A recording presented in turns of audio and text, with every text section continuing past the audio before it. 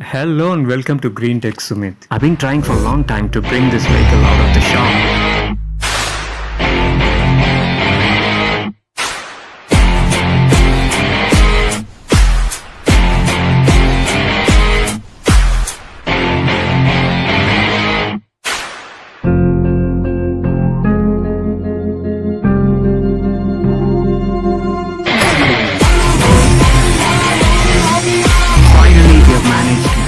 Outside on road.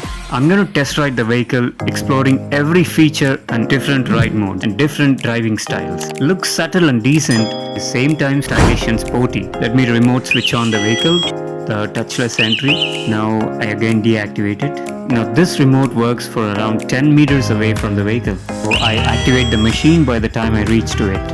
I've already given the specific features of the vehicle in the previous videos.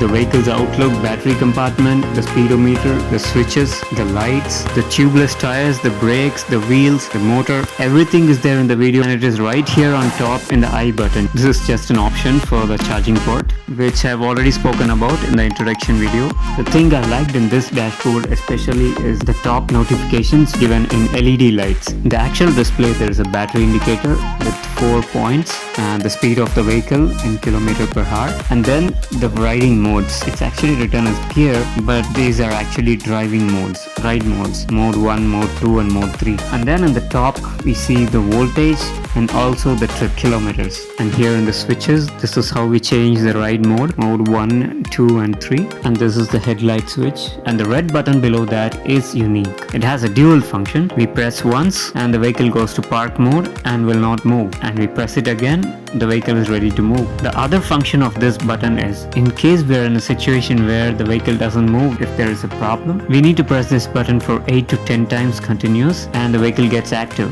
We can ride the vehicle for around 10 kilometers. And in the left hand side there is a horn button, and the reverse button, we need to keep pressing it and raise the throttle. I'll show you in a bit. And these are the left right indicators and the high beam and low beam light. Let me try the reverse mode, and seems good. I'm able to balance and control the vehicle.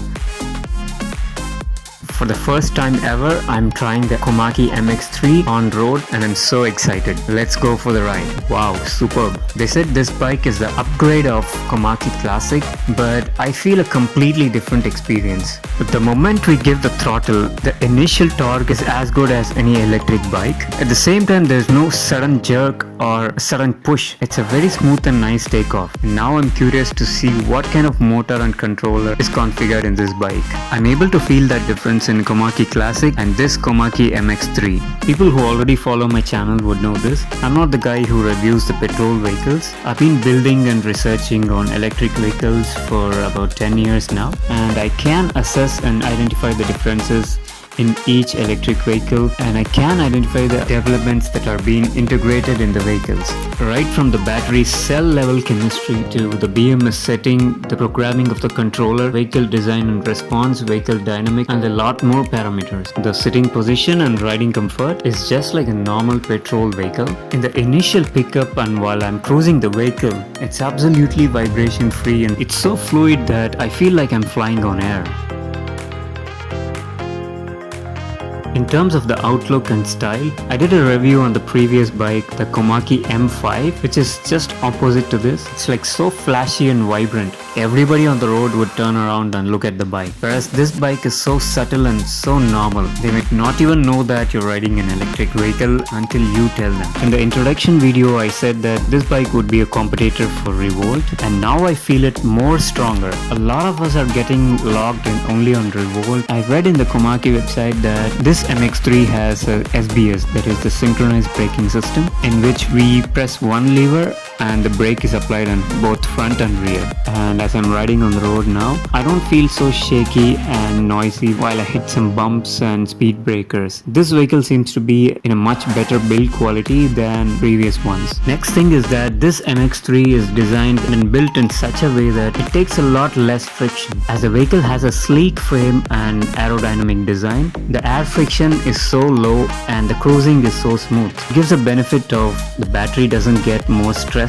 because it doesn't have to give out more amps, and so we have a healthy battery, means a better range and a lot more longevity. Here you see the action of the telescopic suspension. The two main things in this bike are the battery and the motor. These are the only two weight factors in this bike. It's not a mid-drive motor like it is in Revolt. This bike has a hub motor which is directly integrated in the rear wheel. If I were given a choice of mid-drive and hub motor for my daily commute, I would definitely go for hub motor, as I know that the mid-drive motor is very good for certain performance scenarios. However, the hub motor is the best for daily commute as the efficiency is high and there is no barriers like a chain or belt, which reduces the efficiency and increases in the maintenance cost. Let's ride the vehicle on main roads comparing with other petrol vehicles. Though the vehicle is a low speed, it's definitely not for racing, but you can clearly see that it has a decent speed on roads, even overtaking other petrol vehicles. I feel a much more smoother and confident ride in this bike. I think once you test ride this bike, you never feel like riding a petrol vehicle again. Even the battery in this bike is a detachable one, so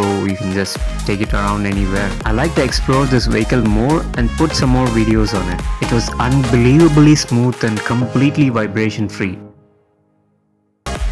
In the next video, I'll show you the hybrid setup for a scooter which runs on both petrol and electric. I will show you a lot of practical stuff and new upgrades for subscribing the channel. If you liked the video, give me a like. There are some tricks and techniques to double, even triple the battery life, and very soon I'll be posting a video on it. If you haven't subscribed the channel yet, I'm sure subscribing the channel will be useful for you.